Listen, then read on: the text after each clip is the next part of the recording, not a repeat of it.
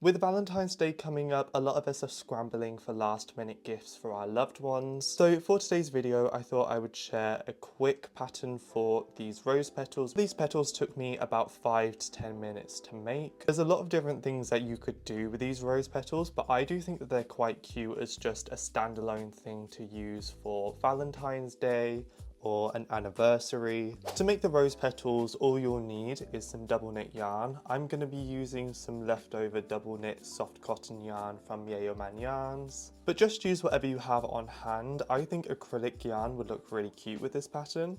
You will also need a 3mm hook, a pair of scissors, a needle and a stitch marker.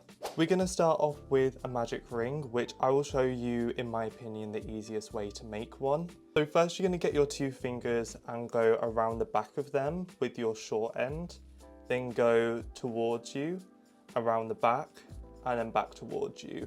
So now I have these 2 rings.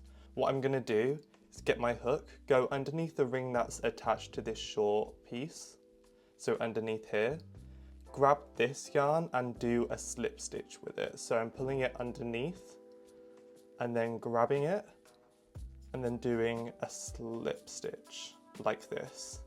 So now you should be left with a ring and an end. What you're going to do is get this end, put it like this, and this is going to be the area that you'll be working into. So I'm just going to grab this and make my grip a little bit more comfortable. Then our first step is going to be to do a total of 6 single crochets. So this is my 3rd one, 4, 5, 6. So as you can see, we have 6 in total. At this point, I'm just going to get this end and pull it. I'm going to pull this end until the start meets the end, but I don't need this to be super tight at the moment because that's just going to make working into the stitches a little bit harder. Into the first single crochet that we did, we're going to start off just with 1 normal crochet. And that first crochet is going to be the crochet that we put our stitch marker into. We're also going to be putting another single crochet into this single crochet. So that's 2 in total into 1 stitch. Now for the next 5 single crochets that we did in our first round, I'm going to put 2 single crochets into each one of them. Now what we're going to do is we're going to work 2 single crochets into the single crochet that has a stitch marker in it, but we're going to mark the first one that we do. So that's the first single crochet. Then I'll move the stitch marker. Remember, this one needs to have 2 single crochets, so I need to put in that second one.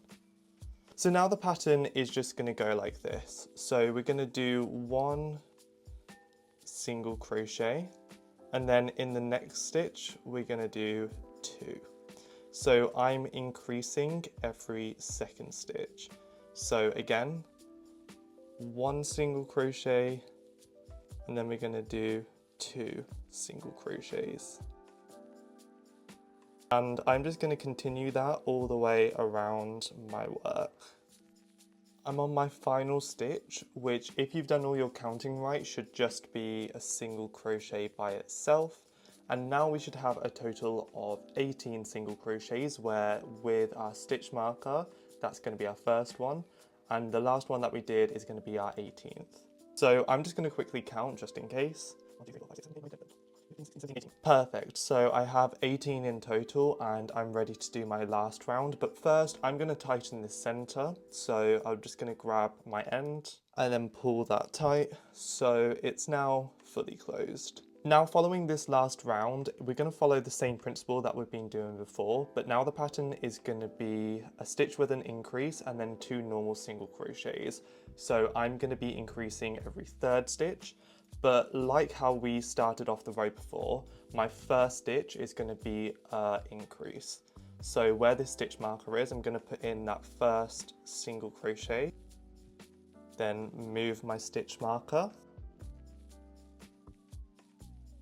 But remember, before we move on, I need to put in that second single crochet, 2, normal single crochets. Continue the pattern of doing my increase and then 2 normal single crochets all the way up until I reach my last stitch, which the last 2 stitches that you do should just be 2 normal single crochets. So if you look, I'm going to do my final increases, and then the last 2 stitches I have left are 2 single crochets, and at this point we should have a total of 24 stitches. Now we've done this, our next step isn't to do another round. Actually, we're going to slip stitch into the stitch that has a stitch marker in, like this. And then you can chain one here if you want to, but I don't tend to chain in between single crochet rows just because with my work that tends to look better. So I'm just going to turn my work straight away. Then we're going to find, this is our slip stitch. This is our last single crochet that we did. We're going to end this stitch and just do a single crochet. And then we're going to do 5 more, so that should be 6 in total, just 1 in each stitch. Now I've done these, I'm going to turn my work, skip that single crochet that I've just done, and work in 4 single crochets.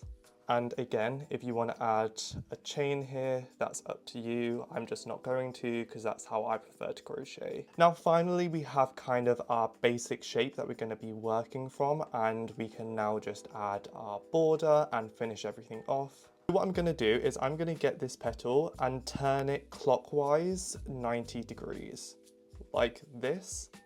And I'm going to be working around this. So that last row of single crochets that we did, the last single crochet right here, we're going to enter that space, pull up a loop, single crochet, and then the row below of single crochets that we did where there's 6, we're going to find the one that we left out and do a single crochet in there.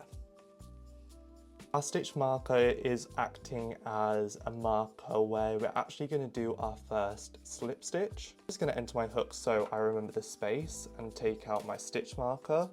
And now what I'm going to be doing is 1 slip stitch into each one of these stitches. And what these slip stitches are going to do is tighten the perimeter of the circle, which will make it look a little bit more 3D rather than just a flat rose petal shape. You can see here, this is my final single crochet before I started adding the rows. So I'm going to add my last slip stitch here. And then I'm going to do 2 final single crochets to mirror what I've done here. So I'm going to find that single crochet, which is right around here. And then I can go up here, 1, 2, 3, 4. This is going to be the stitch that I enter.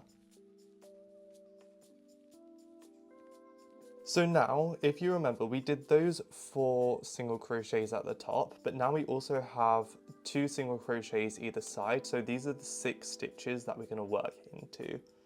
So first, finding the hole in the last single crochet that I did, I'm going to do a single crochet. Then I'm going to chain 1. Single crochet into the next chain, chain 1, single crochet into the next chain. This time we're going to chain 2.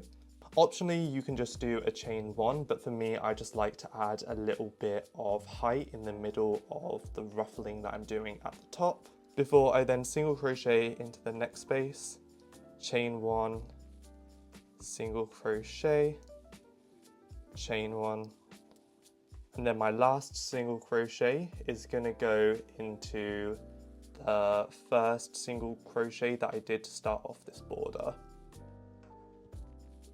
Now cut your end and pull that through your loop to finish things off. Now we just need to get our needle and start sewing in our ends to finish off our petal.